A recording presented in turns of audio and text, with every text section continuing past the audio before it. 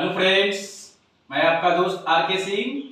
आज के नए वीडियो में जो हम लोग social science CBSE exam 10th exam term 1 की जो सीरीज हम चला रहे हैं, उस सीरीज में जो सोशल साइंस 30 नवंबर को होने वाला है, उसमें जो रिमेनिंग चैप्टर्स है, आपके बचे हुए जो से चैप्टर्स हैं, उसको हम लोग कवर करेंगे। उसमें से आज जो हम लोग कवर करने वाले हैं वो है पॉलिटिकल साइंस से बहुत ही इंपॉर्टेंट चैप्टर है जिसका नाम है फेडरलिज्म। ये थोड़ा वर्ड ऐसा है कि बहुत बार बच्चों को क्लियर नहीं हो जाता है, नहीं होता है, इससे वो कंफ्यूज हो जाते हैं कि स्ट्रक्चर्स को समझने के लिए। तो हम समझने के लिए इससे सबसे इंपॉर्टेंट चीज पहले समझेंगे कि किसी भी डेमोक्रेटिक कंट्री में, किसी भी लोकतांत्रिक देश में जो नियम कानून सरकार चलाने के लिए रूल होता है, उसके बहुत सारे अलग अलग तरीके होते हैं। इंडिया है, अमेरिका है, चाइना है, पाकिस्तान है, ब्राजील है, सब कंट्री के अलग अलग अपने स्ट्रक्चर्स हैं। उनमें से हमारा एक देश है, उसका अलग ही स्ट्रक्चर्स है। तो उस रूल्स को, उस सरकारी व्यवस्था को जो हमें व्यवस्थित तरीके से रिटन बुक, हमारा संविधान जो राइट्स देता है, उस राइट्स में एक पॉइंट है federalism.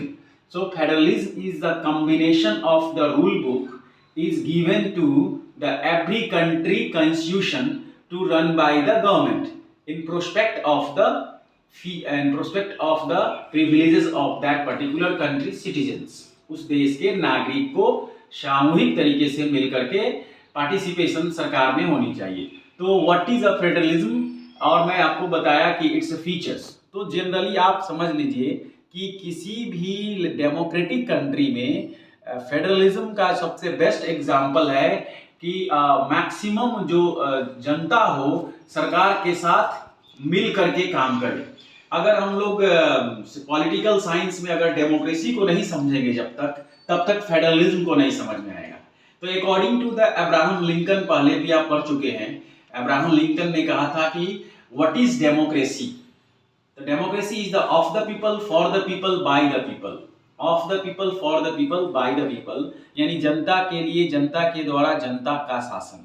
So totally it's a part of the structures of the federalism is having, means the government is divided into the 1 and 2 and more parts.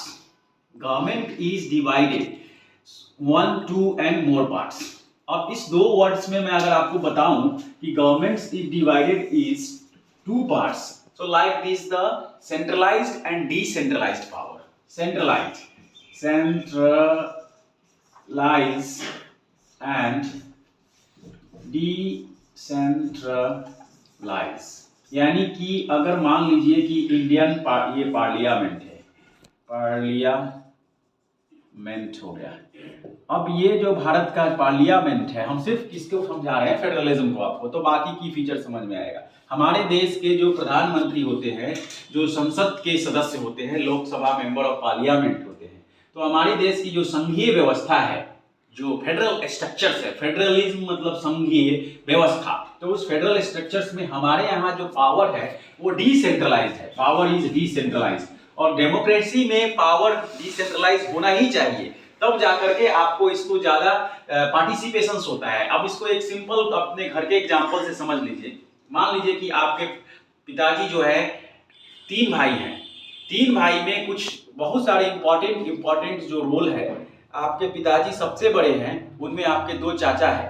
तो जो भी डिसीजन लेना हो, अगर तीनों मिलकर के ले रहे हैं तो पूरे घर में सुख शांति और ये थॉट्स आएगा, एक कॉन्फिडेंस आएगा कि चलो हम लोग मिल करके ये काम कर रहे हैं। लेकिन एक ही पर्सन अगर रूल करे बाकी 2 पर्सन पर, तो उनको सही होते हुए भी ऐसा फील होगा कि नहीं नहीं, ये मेरे हक में ये चीजें नहीं है, मेरे बच्चों के लिए पढ़ाई में कम ये दे रहे हैं, अपने बच्चे को ज्यादा दे रहे हैं, कपड़े में ये है, शादी में ये। तो यहाँ भी वही चीज है, ये व्यवस्थाएं हैं। दूसरी चीज इसकी फीचर्स में बता दूं कि क्यों इसकी जरूरत पड़ गई फेडरलिज्म की किसी भी देश में।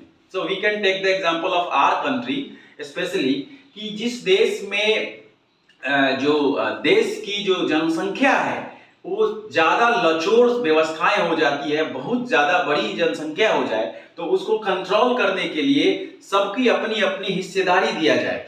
कि अलग अलग क्षेत्रीय आप इसको इस तरह से ग्रोथ करें, और उसमें से खास जो फीचर्स है उसकी भाषाई, उसकी बोलचाल, उसकी खान पान, उनकी कल्चर्स, ये सारी व्यवस्थाएं बहुत उस पर डिपेंड करती है। ऐसे ही अगर कोई सिंगल एक पर्टिकुलर लैंग्वेज हो, एक कल्चर हो, एक पहनावा हो, एक खान पान हो, तो वहां पर पावर को सेंट्रलाइज करके और कंट्रोलिंग किया जा सकता है। बट ऐसी व्यवस्थाएं है नहीं, स्पेशली फॉर आवर कंट्री। तो आते हम लोग, ये हो गया इसका features. So what makes India A federal country, why? Because अभी मैंने बताया कि India is very big population, बहुत ज्यादा आबादी है। इस आबादी में हमें जो व्यवस्थाएं दी हुई है वो डिसेंट्रलाइज्ड है। यानी क्या है, तो ये देखिए डायरेक्टली आप समझ सकते हैं, union list, state list and concurrent list, ये तीन हिस्सों में हमें फेडरलिज्म को हमने डिवाइड कर रखा है। यूनियन लिस्ट मतलब सेंट्रल गवर्नमेंट, जो हमने पार्लियामेंट, ये हो गया आपका दिल्ली, DELHI, यहां पर बैठी हुई जो सरकार है वो प्राइम मिनिस्टर्स हैं, पीएम है। पीएम के पास हमारे संविधान में बहुत सारे राइट्स हैं, लेकिन उसके बाद जो हमारे यहाँ जो संघीय व्यवस्था राज्यों की है, राज्य हमारे यहाँ 28 राज्य हैं और 8 केंद्र शासित प्रदेश हैं।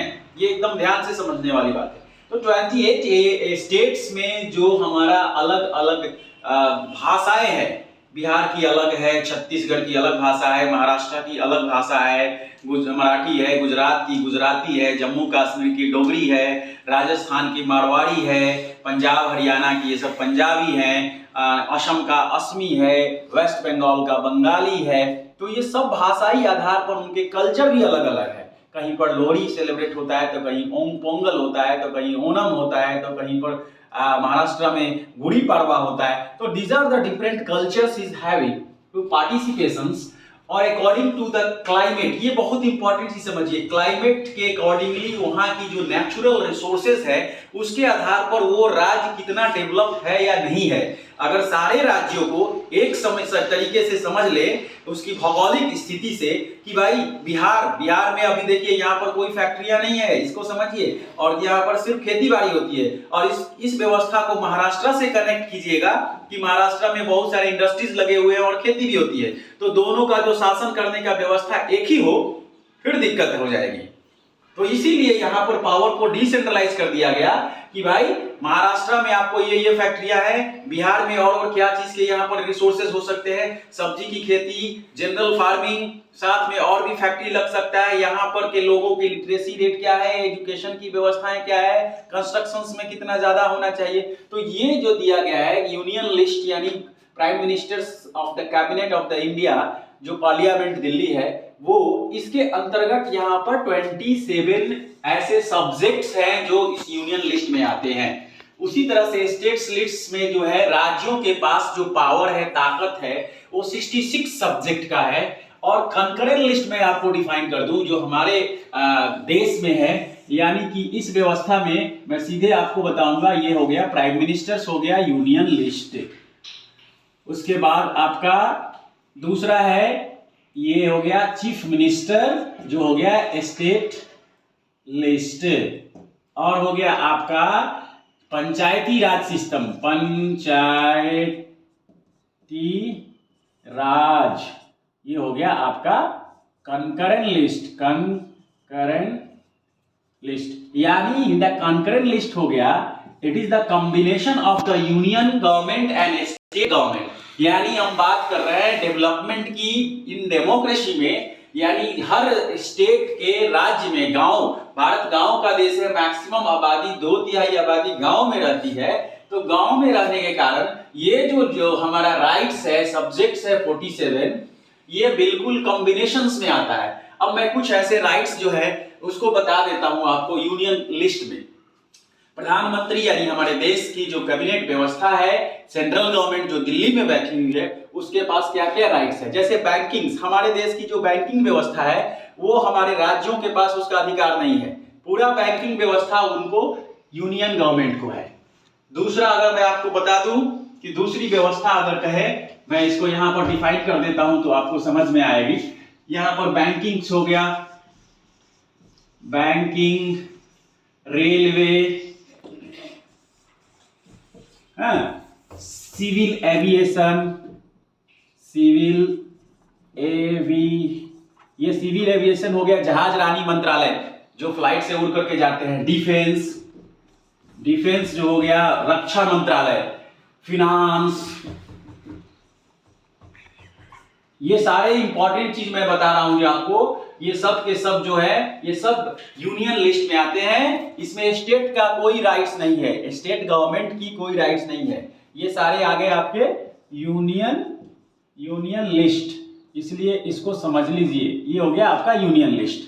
यानी जितनी सारी व्यवस्थाएं हैं पूरे राज्य में है, उनके अकॉर्डिंगली आपको मानना होगा, इनके नियम, इनके कानून, इनके फंड, पैसे का डेवलपमेंट का, ये सारा। इसके बाद अगर दूसरा आप समझते हैं तो दूसरा आप समझिए, दूसरा है आपका state list, STATE। State list में आपके 66 है, उस 66 में मैं बता दूं कि you have to understand the first जो है लॉ एंड ऑर्डर। अब लॉ एंड ऑर्डर क्या है? विधि व्यवस्था। हर राज्यों की अपनी अपनी एक भौगोलिक स्थिति है, बिहार की अलग है, गुजरात की अलग है, महाराष्ट्र की अलग है, राजस्थान की अलग है, तमिलनाडु की अलग है, अरुणाचल प्रदेश की अलग है।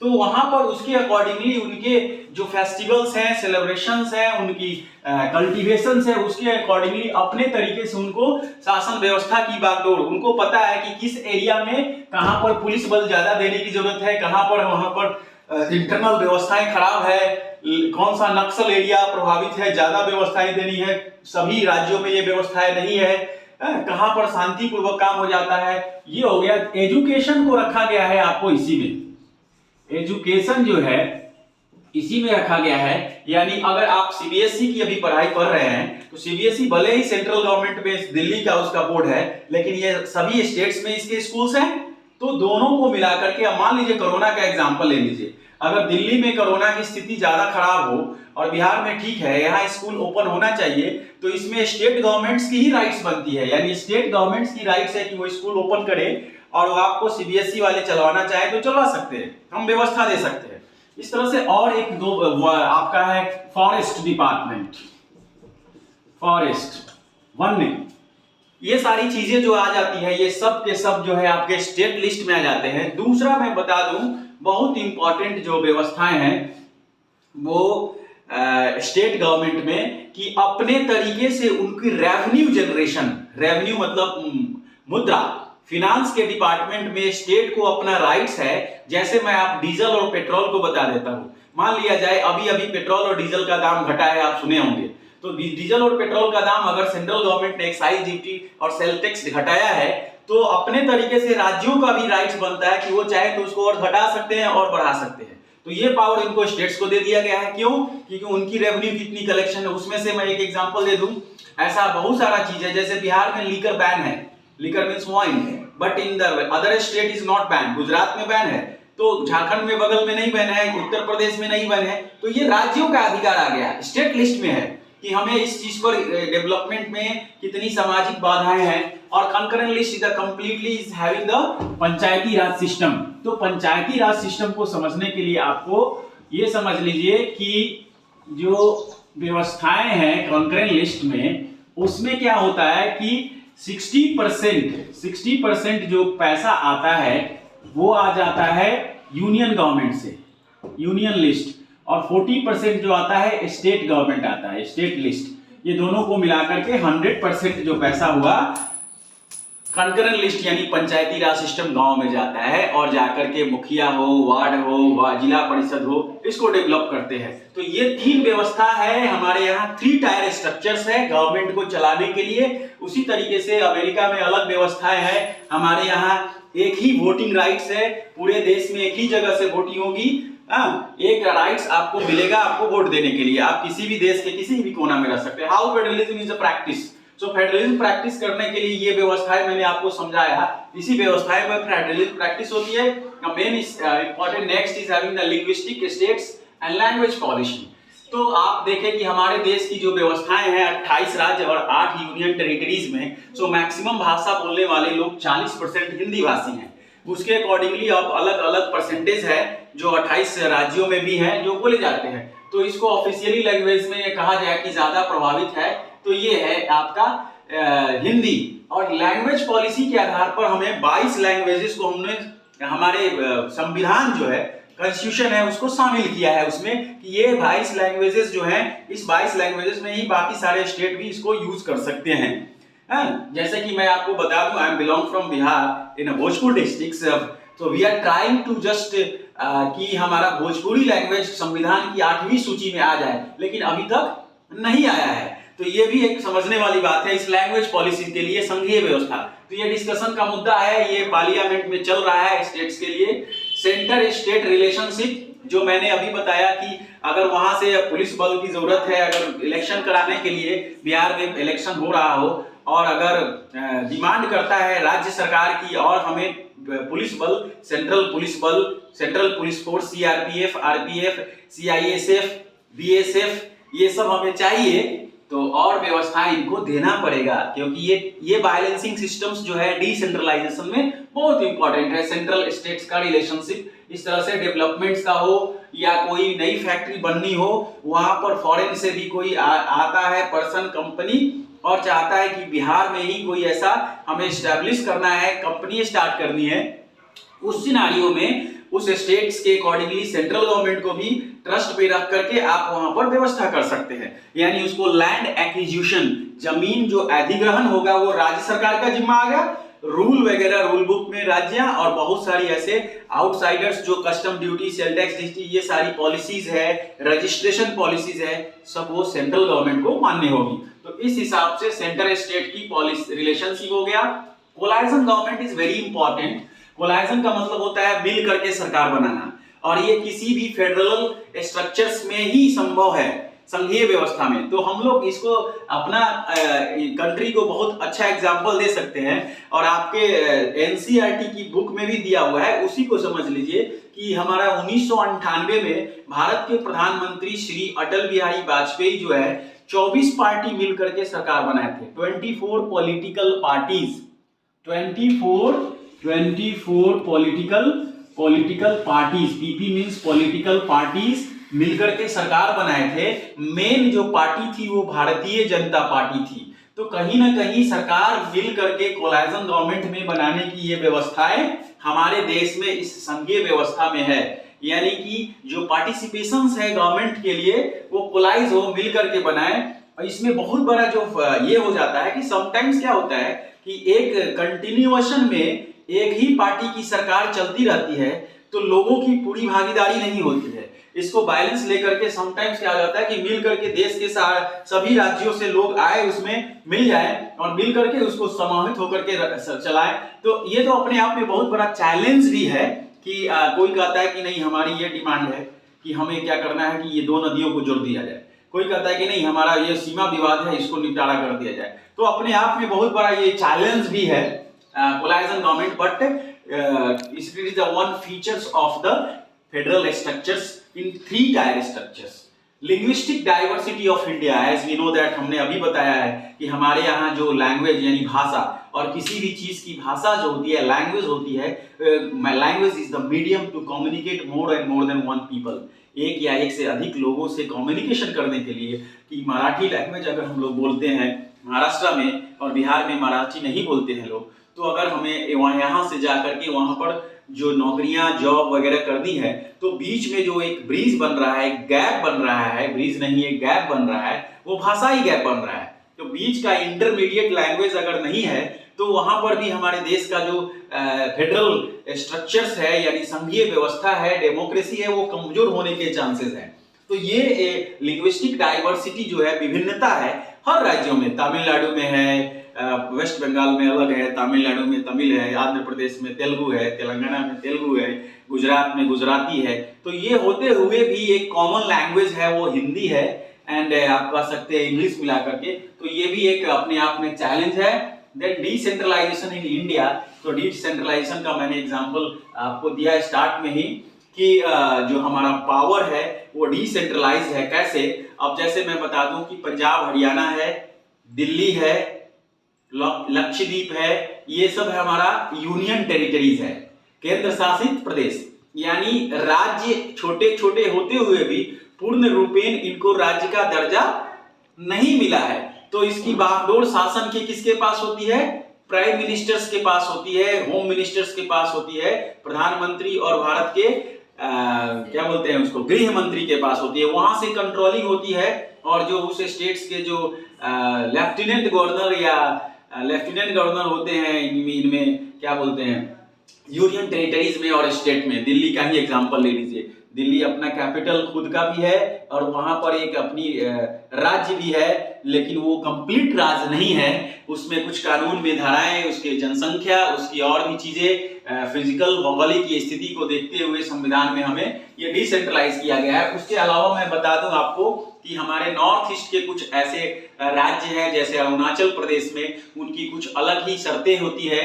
उनको वहां डेवलपमेंट के लिए उस भौगोलिक स्थिति में वहां पर बिजली हो, सड़क हो, स्कूल हो, बैंक हो, हॉस्पिटल्स हो, कि उसकी ज्यादा अलग से राइट्स दी हुई है कि लोग हमारे आम जो मुख्य धारा में जो नॉर्मल प्लेन एरिया में लोग हैं उनसे ज्यादा थोड़ा मिले।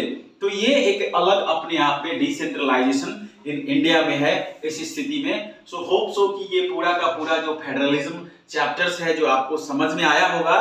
सो अगर still you have any kinds of the doubts, अभी भी आपको कोई डाउट्स हो तो कमेंट बॉक्स में आप लिखें एनी क्वेश्चंस, और आने वाले टाइम में हम मॉक एमसीक्यू की हम सीरीज चलाने वाले हैं, जो आपके 1-2 दिन में वो भी सीरीज आपको ज्यादा हेल्पफुल मिलेगा। बट ये पूरा आप एक तरह से रिवीजन कर लीजिए चैप्टर वाइज, तो कोई भी आपके क्वेश्चन मिस होने के चांसेस नहीं रहेंगे।